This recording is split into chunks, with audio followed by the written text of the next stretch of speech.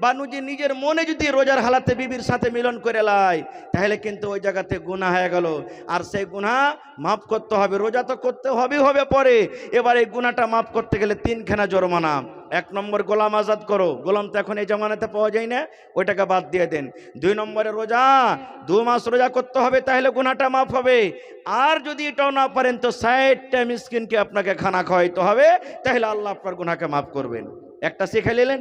আর একটু আগে চলেন। আল্লাহ রাসূল বলেছেন, যখন তুমি বাড়িতে ওযু করবে, ভাত রান্না করবে, ভাত তুলে মুখে দিবে, রুটি যখন খাবে, ভাজা যখন খাবে, আল্লাহ রাসূল বলেছেন বিসমিল্লাহ বলে তুমি খাবে। কি পড়বে? জোরে বলেন, আরো জোরে বলেন। বিসমিল্লাহ বলতে হবে। ওযু করতে বসলেন, বিসমিল্লাহ পড়তে হবে। মায়েরা খালারা বাড়িতে বাচ্চাকে দুধ পান করাবে, বাচ্চা তো কথা বলতে পারবে না, আমার মায়েরা খালারা বিসমিল্লাহ বলে বাচ্চাকে দুধ পান করাবে।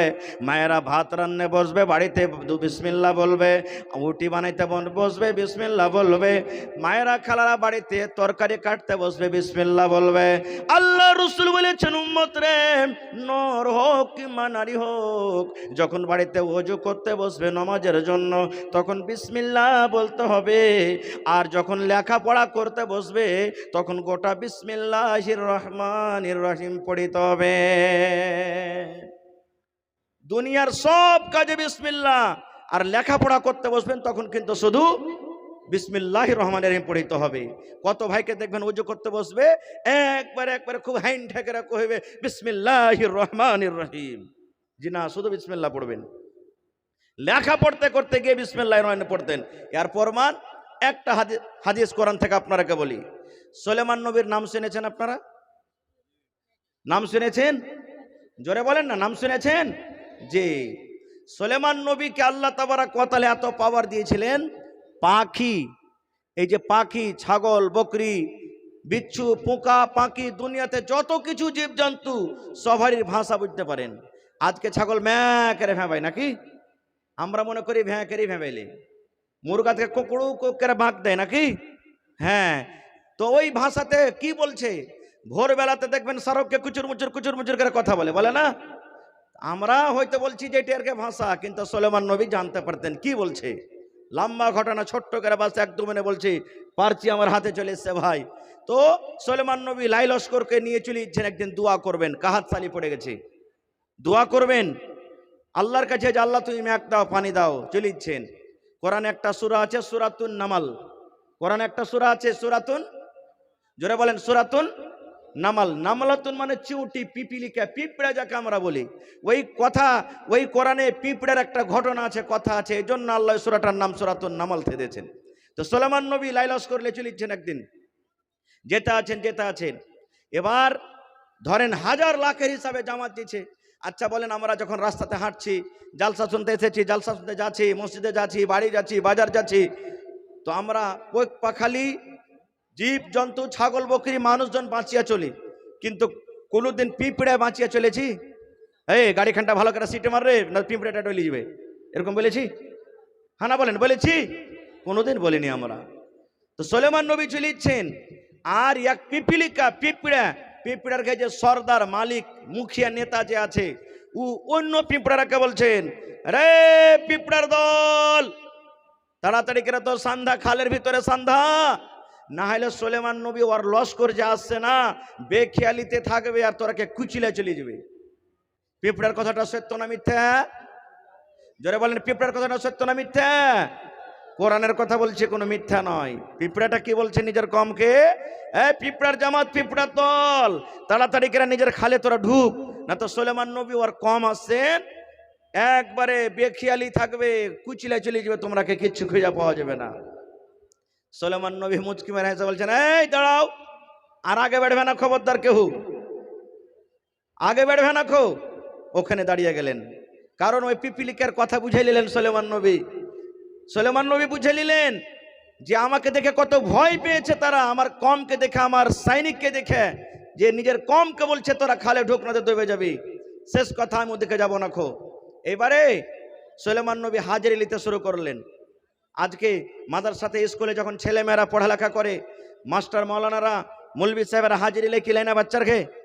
আপনি দিল্লি পাঞ্জাব খাটতে গেলেন, যে স্যাট থাকে সভারির মালিক থাকে, দফাদার না কি বলে ওকে, হ্যাঁ দফাদার হাজিরি লেখিলেন যে আমার 15টা সাথে লোক এসেছে, কয়টা আছে কয়টা নাই। তো সুলাইমান নবী হাজিরি লিতে লাগলেন। হাজিরি লিতে লিতে লিতে একটা পাখি কিন্তু গায়েব আছে, পাখিটার কিন্তু কোনো খবর নাই, পাখিকে দেখতে পাওয়া যায় না। আচ্ছা সূরাতুন নামাল যদি কেউ পড়ে থাকেন, আপনারা সামনে থেকে বলছি, বলেন তো সেই পাখিটাতে আল্লাহ কোরআনে কি নাম দিয়েছেন? জোরে বলেন। হ্যাঁ আল্লাহ, এখানে যদি আমি বলি যে অমুক ভোজপুরি ফিল্মে কয়টা আছে জি গান, একবারে মাথাতে হাত দিয়ে পট করে বলে দেবে কলকটের মতন করে। দেখবেন সূরাতুন নামালে আল্লাহ বলছেন ওই পাখিটার নাম হলো হুদহুদ পাখি। পাখিটার নাম কি?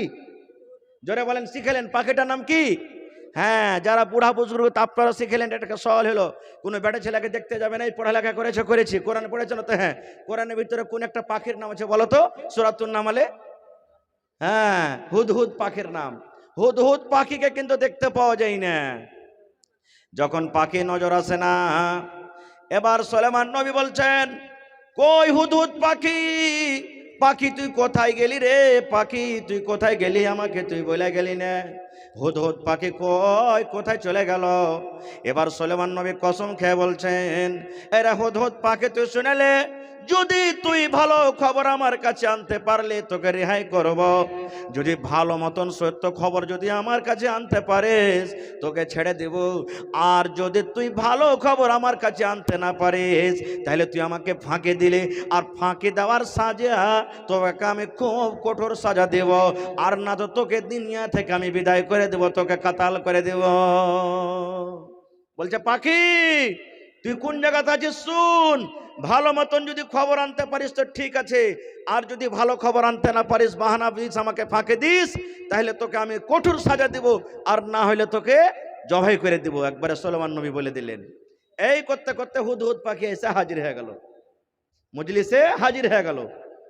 যখন হাজির হয়ে যাওয়া, এবার সুলাইমান নবী বলছেন, হুদহুদ তুই কোথায় গেছিলি বল, আমাকে না জানিয়ে তুই কোথায় গেছিলি বল, বল হুদহুদ তুই কোথায় গেছিলি, বল রে হুদহুদ কোথায় গেছিলি, কোন কারণে কোন জায়গাতে গেছিলি। এবার হুদহুদ পাখি নিজের ভাষাতে সুলাইমান নবীকে বলতে লাগলেন। এবার বলেন সে পাখির ভাষা সুলাইমান নবী বুঝতে পারবেন না পারবেন না? জোরে বলেন, পারবেন না পারবেন না? কেন পারবেন? আল্লাহ পাখির ভাষা শোনার বোঝার জন্য সুলাইমান নবীকে আল্লাহ মুজিজা দিয়েছিলেন।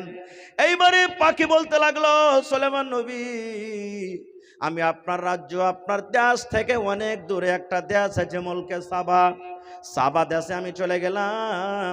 ওরে আল্লাহ, ওই সাবা দেশের মালিক, সাবা রাজ্যর মালিক, ওইখানকার যে সর্দার, ওইখানকার যে মুখিয়া কিংবা ওইখানকার যে রাজা, ওইখানকার রাজা ওইটা পুরুষ নয়, সেটা হলো একজন মহিলা। তার নাম বিভিন্ন নাম দিয়েছে, তার মধ্যে একটা নাম দিয়েছে ওই রাজ্যের মালিক হলো কে? বিলকিস, তার নাম বিলকিস। বিলকিস মুলকে সাবার মালিক। আজকে যেমন আমাদের বিহারের মালিক হলো কে? শ্রী নীতিশ কুমার নাকি? তো বলছি ওই দেশের রাজা হলেন কে? মহিলা একটা বিলকিস। কিন্তু বাদশা শোনেন, সুলাইমান নবী আর একটা শোনেন, মহিলা তো ওই দেশের রাজা, ওই দেশের বাদশা, কিন্তু সাথে সাথে আল্লাহর পূজা করে না, আল্লাহকে মানে না। সেই চাঁদকে আল্লাহ মানে, সূর্যকে আল্লাহ মানে, আসমানকে আল্লাহ মানে, পাথরের পূজা করে, আল্লাহর পূজা করে না, গায়রুল্লাহর পূজা করে। আমি নিজের চোখে দেখে বুঝে এলাম। এবার যখন কথাটা বলে দেওয়া, ওরে আল্লাহ, সুলাইমান নবী তখন বলছেন, পাখি রে কি বলছিস রে পাখি, হতো তুই ভালো করে বল। বলছে হ্যাঁ জাহাপানা, আমি এটা চোখে দেখে এলাম। সুলাইমান নবী আমি নিজের চোখে দেখে এলাম যে ওই মুলকে সাবার মালিক, মুলকে সাবার বাদশাহ হলো বিবি বিলকিস, ওখানকার মহিলা। আর ওই মহিলা আল্লাহকে মানে না, ওই মহিলা আল্লাহর পূজা করে না, গায়রুল্লাহর পূজা করে। যখন বলছেন যে তুই ঠিক বলছিস না, তো হ্যাঁ। বলছে আর প্রমাণ তোকে দিতে হবে। বলছে হ্যাঁ দিয়ে দিব। বলছে কি? একটা চিঠি নিয়ে যা। ইসলামের কতখানি কাজ করছে ভাই মুসলমান দেখেন। সুলাইমান নবী বলছেন তোকে চিঠি লিখে দিব, তুই নিয়ে যেতে পারবি? বলছে হ্যাঁ চলে যাব। বলছে ঠিক আছে যা। এবার সুলাইমান নবী চিঠি লিখতে লাগলেন। চিঠি লেখো। ইন্নাহু মিন সুলাইমানা ওয়া ইন্নাহু বিসমিল্লাহির রহমানির রহিম। গোটা কোরআন মাজিদ খুলে দেখবেন, গোটা কোরআনের শুরুতে প্রথমে বিসমিল্লাহ বিসমিল্লাহির রহমানির রহিম লেখা আছে, বিসমিল্লাহির রহমানির রহিম লেখা আছে, বিসমিল্লাহির রহমানির রহিম লেখা আছে। কিন্তু সূরাতুন নামালে দেখবেন ওই সূরার ভিতরে দুটা বিসমিল্লাহির রহমানির রহিম আছে।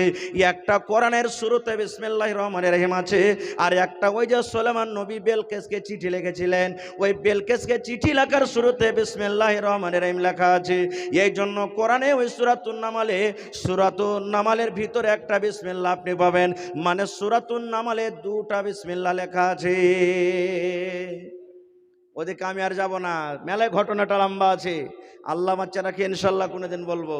বলার উদ্দেশ্য হলো এই যে আপনি যখন লিখতে পড়তে বসবেন তো বিসমিল্লাহির রহমানির রহিম বলে শুরু করবেন। ওর দলিল একটা হয়ে গেল যে সুলাইমান নবী বেলকেসকে যখন চিঠি লেখে তখন বিসমিল্লাহির রহমানির রহিম লিখেছিলেন। আরো অন্য আরো হাদিসের অনেক দলিল আছে, আমি ওদিকে যাবো না। তাহলে পড়ালেখা বাদ দিয়ে দুনিয়ার সব কামে বিসমিল্লাহ।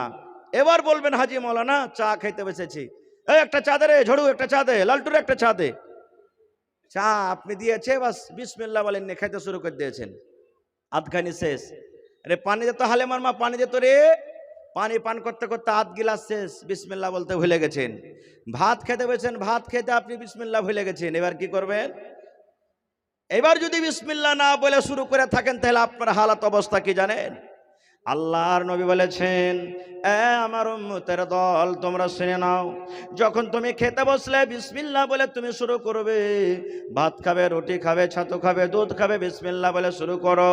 এবার যদি তুমি বিসমিল্লাহ বলে না খাও, বিসমিল্লাহ বলে যদি তুমি না পান করো, যদি তুমি খানাতে বিসমিল্লাহ না বলো, তাহলে তোমার সাথে সাথে শয়তান খানা খাবে। আপনারা জানেন আমার সাথে একটা বাচ্চা খেতে বসেছে, এবার বলেন দুই বন্ধু একসাথে খেতে বসেছেন। এবার খেতে খেতে একটা বন্ধু খেতে খেতে হঠাৎ করে থালাতে খাওয়া গলা উল্টি করে দিলে, বলেন আপনার মনটা খারাপ হবে না? হবে না? হবে না? হবে না? আপনি খেতে বসেছেন, আপনারই বাচ্চা, আপনারই জন্ম দেওয়া বাচ্চা, 5 বছর 7 বছর 10 বছরকার বাচ্চা, এখানে আপনি খেতে বসেছেন, 2 হাত দূরে পায়খানা করে দিলে মন খারাপ হবে না? হবে না? বলেন হবে না? হবে না? এই মুসলমান যদি এরকম ভাবে দুনিয়াতে মন খারাপ হয়, তাহলে নবীর হাদিস একটু শুনেলেন। আল্লাহ রাসূল বলেছেন, উম্মতরে যদি তুমি বিসমিল্লাহ বলে খানা না শুরু করো, তোমার সাথে সাথে শয়তান খাবে। শুধু খাবে না রে, খাবে না, ওই শয়তান যা নিজে খাবে থালা থেকে, তোমার থালিতে আবার উল্টে বমি করবে, তোমার থালিতে উল্টি করবে, আর সাথে সাথে ওগুলা তুমি আবার ওই শয়তানের উল্টি করা গলা নিজের পেটের ভিতরে ভরবে, যেটা তুমি নিজের চোখে দেখতে পাও না। এবার যদি বলেন মাওলানা বিসমিল্লাহ বলতে ভুলে গেলাম, এবার অর্ধেক খাওয়া হয়ে গেল, 3 ভাগের 1 ভাগ খাওয়া হয়ে গেল, 4 ভাগের 1 ভাগ খাওয়া হয়ে গেল, কিংবা গোটা পানি পান করা হয়ে গেল মাত্র 1 ঢোক আছে, গোটা গিলাসের দুধ পান করা হয়ে গেল 1 ঢোক মাত্র আছে, কিংবা 1 লালা মাত্র 1 লোকমা ভাত আছে। এবার আমার বিসমিল্লাহ বলেনি, আমার মনে পড়ে গেল, এবার কি বলবো? আল্লাহ রাসূল বলেছেন, উম্মতরে তুমি যদি বিসমিল্লাহ বলে খেতে বসেছো, আলহামদুলিল্লাহ, আর যদি তুমি বিসমিল্লাহ বলে খেতে বসনি, তুমি ভুলে গেছো, যদি খাওয়ার মধ্যখানে কিংবা শেষের দিকে তোমার যদি মনে চলে এলো আমি বিসমিল্লাহ বলতে ভুলে গেছি, রাসূল বলেছেন তুমি বিসমিল্লাহি আউয়ালুহু ওয়া আখিরুহু, তুমি এই দোয়াটা পড়ে নাও, বিসমিল্লাহি আউয়ালুহু ওয়া আখিরুহু। এই দোয়াটা যদি তুমি পড়ো, তাহলে তোমার সাথে সাথে যেগুলা শয়তান খেয়েছে তোমার থালের বাইরে সে উল্টি করে তোমার থালি থেকে সে হটে যাবে। নারে তাকবীর। ভাই আমার, তাহলে আর একটা হাদিসের কথা বলে দিই, বাঁ হাতে খাওয়া কার কাজ? বাঁ হাতে খাওয়া কার কাজ? শয়তানের কাজ। কিন্তু কত ভাইকে দেখবেন চকে ইট ভাট্টি মুখে লিয়ে টানবে, ইট ভাট্টি বুঝেন তো? বুঝেন?